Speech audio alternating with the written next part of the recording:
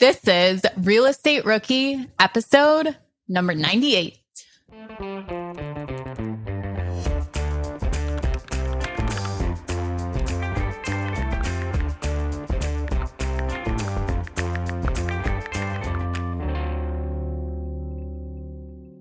My name is Ashley Kerr, and I am here in person with my co-host, Tony Robinson. It feels like we're on the set of like TRL, or like I used to watch 106 in Park when I was growing up. So this is what I feel like the host from the afternoon TV shows. So Tony knows this is my dream to pretend that we're on like a talk show and I get to hold the microphone. And we're making it happen. We're making it happen now. Well, what's new with you, Ashley? Not much. Super excited. This is our first day in Denver. We're going to be here for a couple days, making some content, working on some real estate stuff for you guys, and bringing you guys as much rookie content as we can. Yeah, Ashley's also been traveling a lot lately. She's been, I think, to like every time zone in the United States over the past like 2 weeks. So I'm happy that you made some time to hang out with me in Denver. It's funny you say that because I've had awful jet lag recently. I have not been able to sleep, so I was kind of thankful to make my way back to the West Coast. So Catch up a little bit. Yeah, good schedule. Well, what do you want to talk about today? What topics are we going to hit? Okay, so I really want to talk about just our first deals and what we learned, what we experienced, maybe what we would do different and what worked. I know that we've shared our first stories of the first deals and how they've happened before, but I thought we could really dig into it. And if anyone hasn't heard how we each got started, we can go from there. All right. You want to go first? No, you go first. I'll go first. Okay. All right. I'm going first. So my first deal, I got on October 28th of 2019. So not all that long ago, right? We're recording this in July of 2021. So that's like not even 2 whole years that I've been investing in real estate. And that by itself hopefully gives a lot of the listeners some encouragement, that it doesn't take an exceptionally long time to find some level of success as a real estate investor. Now, obviously, I'm still very much in the beginning of my career, right? And there are people who have portfolios that are way, way bigger than mine and people with way more success. But, we've scaled at a decent pace since then. So my first deal, October 2019. I was living in California at the time. I still live there, obviously, but I bought my first deal out of state. We bought a little single family house in the city of Shreveport, Louisiana. We paid $100,000 for the house, spent about another 55 or so on the rehab. Tony, when you say we clarify. So actually that first one was just me and Sarah. So me and my wife. We didn't have a partner on that deal at all. It was just the two of us. But yeah, we bought that house for $100,000, 55 into the rehab.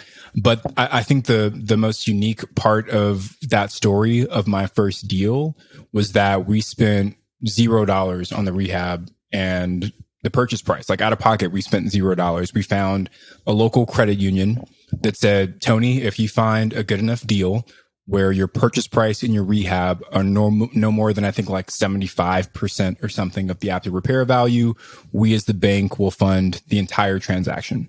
And I said, okay, cool. Right. And I went out there and I started finding ways to kind of make that happen. And I think we looked for about 2 months, underwrote a lot of deals, submitted a lot of offers that got rejected. But after about 2 months, we found a seller that was willing to negotiate, and they accepted our price, and we're kind of off to the races from there. Rehab took maybe 2 months. So we closed in October. We had the property rented by that January. And yeah, it was a good first start for us. Yeah. Okay. So with that, I know a lot of people are going to say, where can we get that financing? Mm-hmm. Where can we do a loan like that? So I think go and talk to those community banks that they know the area. My one question is, how did they find out the ARV? Did they rely on you for that? Did they pull their own comps? Yeah, that's a great question. So they, it was a really cool process because the bank actually handled a lot of the work for me as the investor. But in order for them to confirm the ARV, what they did is that they sent an appraiser out to the property. And they also gave that appraiser a copy of the bid of the work that was to be completed.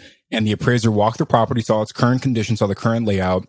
They looked at the bid that listed all the work that we were planning to complete. And they said, based on the bid that you've given me and what's selling in the area of properties that are similar to what the property will be like once it's completed.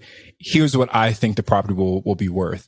I think the appraisal came back at 230, if I wasn't mistaken. So really, really strong kind of, spread there in terms of what we paid for it and what the appraisal came back at. Being your first deal, did you expect it to be 230? What did you guys think that it was going to come back at? I can't remember if we were spot on or not. I think I was projecting to be a little bit lower because that's pretty high. And so we actually sold that property, and the property did not sell for 230. It sold for 205. So it can show you that even like appraisers can get it wrong sometime. But yeah, I think ours is probably a little bit close to what it actually sold for. That is such a great point too, that what a property can sell for and what it appraises for can be a huge difference. I have a property now that I bought for $20,000, put $70,000 into it, appraised for $220,000, but it has environmental issues that if I were to sell it, they would have to have that taken care of. Yeah. So I think that just because they say something would appraise, and it can go vice versa, right. Something could appraise for lower, and it just because the market is so hot, it can sell for a lot more. Appraisal, like being an appraiser is an art, right? It's part science, but it's a lot of art, right? Like you could send 3 different appraisers to the exact same property and get back 3 different ARVs. So, yeah, don't get discouraged if it's not the number you were hoping to see. But yeah, that's how we did that first deal. And like you said, I get questions all the time. Like, hey, Tony, how do you find someone that's willing to lend 100% of the purchase price and the rehab?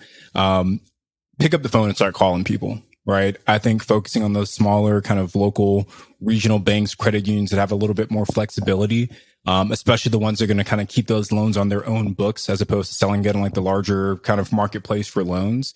That's where you tend to find a little bit more flexibility and the type of loan products they can offer. So that's my recommendation for folks looking for some creative financing. And I think a takeaway too is this was just less than 2 years ago. Tony was able to do this because we get a lot of people that say, yeah, I got 100% financing, but that was, 5, 6, 7, 8 years ago right. And not, anything current. So you can still make that happen. Right. So great. Thank you for sharing with us. Yeah, absolutely. Thank you for being on my show. This is the Ashley Care Show. I was your guest, Tony Robinson. Okay, now we can switch. You could be the host now. Well, tell us about Ashley Care's first deal. Okay, so I was working for an investor and I wanted to do what he was doing. So I approached his son to partner with me. And I said, look at what your dad was doing. We should do this. And the first house I wanted to look at, I made a appointment with the agent and she said, just so you know, there's the flood issues, there's foundation issues, blah, blah, blah. So I never even went to look at the house. So the next house was a duplex and we ended up buying that one. So it was really the first house we looked at. I had this limited belief that you could only buy investment property with cash, that you couldn't go to a bank, you couldn't get money anywhere else. So I thought, well, I don't have. Why was that? Like, talk us through why you felt that way. The investor that I was working for, anytime he purchased a property or a business, he was paying with cash. And that cash usually came from other assets he had. So he had equity, he'd refinance them, pull that cash out, and then purchase something. Mm-hmm. So that was just my whole understanding was that was the only way to do it. And I didn't have any equity. At that point, we hadn't even built our own house yet. We were living for free in my husband's grandma's house that, we eventually bought that. But, so we had nothing to pull equity out of. And, so we purchased that together. My partner was the money. We were 50-50 on it. And he actually, had a loan, receivable from the property. So he acted as the mortgage. So he also was 50% owner, got 50% of the cash flow, 50% of the equity in the property, but also got a mortgage payment every month. So he was getting his money paid back to him and interest on top of that. Let's pause on that because that's a really unique way to set up a partnership. And I actually did not know that you did it that way. Yeah. So I just want to break that down one more time for the rookies that are listening. So what Ashley's saying is that the partner put up the cash to purchase the property. So the purchase price was what? $74,000. So the partner puts up $74,000. And when you go to close on a property, the title company, escrow company, whoever, they list who the lender is that is putting up the funds to purchase the property. Typically typically it's, Bank of America, US Bank, XYZ credit union. But in this situation, Ashley saying it was her partner, John Doe was listed as the lender in the situation. So what you're saying is he was also getting a mortgage payment from the cash flow of the property. But in addition, any profits that were left over, you guys just split in that 50-50 as well. That's we really didn't cool. actually go as far as make it like filing with the county that he was the mortgage holder. Okay. We just did a note payable, but it was the mortgage payment that was sent him every month. So, but yeah, it was when I look back at it, he got a really great deal because Super great. Passive. I did everything. I organized the rehab. I found the property. I managed it. And, but then I look at it, I never would have gotten started without him. Totally. So taking that leap and being generous with what he was getting out of the deal made him more comfortable. And it became to my advantage because then I just propelled from there and could grow a portfolio. How long ago was that first deal? What year was 2013, I think. What is that, 8 years ago? Or maybe 2014. Okay. 14. I don't know the exact date. Like, when you said that, I was like, oh, geez, I don't know. September 2014. Yeah. So we're looking about 7 years ago, right? Yeah. And I love what you just said about the first deal. Even if you don't make a ton of money with that first deal, it's all about the experience. It's all about the things that you learn from that first deal. And for me, on my first deal, I learned how to underwrite and analyze deals because I analyzed so many deals for that first one. I learned how to build a team, right? Because I was investing out of state. I felt comfortable investing out of state.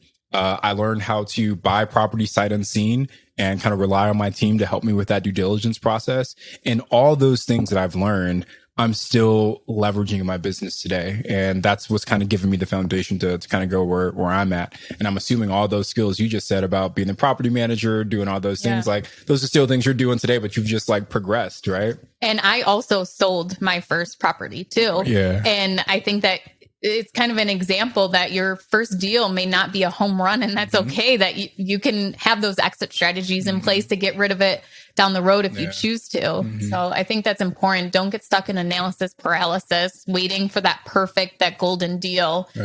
Take action on something that still works. And, and even if it ends up being a failure, you're still going to learn a lot from it, and you're going to be able to move on to the next deal. But hopefully listening to the show and being on BiggerPockets, you're a lot more confident and you know how to run your numbers. So it won't be a bad deal at all. And even like you said, even if it's a bad deal, like the second house I bought, I talk about this on the show all the time. It's still for sale, by the way, if you want to buy it in Shreveport. That house we're actively losing money on right now, but it was the first deal that my partner and I, did together. And now we've done, we just closed on a property last Friday, I think 10 short-term rentals together now. And we wouldn't have done that had we not done that first house together, So it's like, you never know what's going to spring or come from that first deal, even if it doesn't work out financially. Now, obviously, we don't want you guys to go out there and spend the last money that you got and get into financial ruin. But we're saying, you should be buying these properties with a little bit of cushion so you can absorb some of those, kind of peaks and valleys. So don't be afraid. Just get started. Yeah. And you guys have so many resources available to you to help you make sure that you're not getting into bad deals. So take advantage of that. Just on the Real Estate Rookie Facebook page, there's so many people that answer questions for you, going on the BiggerPockets forums, listening to the podcast. So I started in 2014, September 2014. I didn't find BiggerPockets until 2017. And in 2017, I tripled my portfolio within a year because of just learning from BiggerPockets, getting inspired by what other investors were doing, learning about creative financing, different things like that. Say that one more time. Can you say what happened to your portfolio in that 1 year? So when I discovered BiggerPockets, I tripled my portfolio in a year. That is so like something that you see all the time is it takes people a year and a half, 2 years to get that first deal done, right? Like they're reading, they're analyzing, but they're afraid. But once they get that first deal done, it's like this domino effect happens where the next one comes just kind of in rapid succession. And you see them just start to like build this momentum and pick up the steam. And it's like a locomotive, right? It's like a train where it takes a long time to get started, but once it's rolling, it's humming. So, and then you have to be cautious that it doesn't seem too easy. Then you start overdoing like, okay, now I need to slow down. Yeah, you need to slow down a little bit. But so we're hoping that all of you guys can get to the point where you no longer have to worry about the next deal. You're worried more so about slowing down and not growing too fast. So Well, that was good. Yeah. I'm glad we talked about this today. So, thank you guys for listening today as we are live from the BiggerPockets headquarters. And make sure you guys listen to next Wednesday's episode. Leave us a review on iTunes, Spotify, wherever you guys are listening. We'd love to hear what you like about the podcast. And please leave us a 5-star review. Thank you guys so much. I'm Ashley at Wealth from Rentals, and he's Tony at Tony J. Robinson. And we'll see you guys on Wednesday.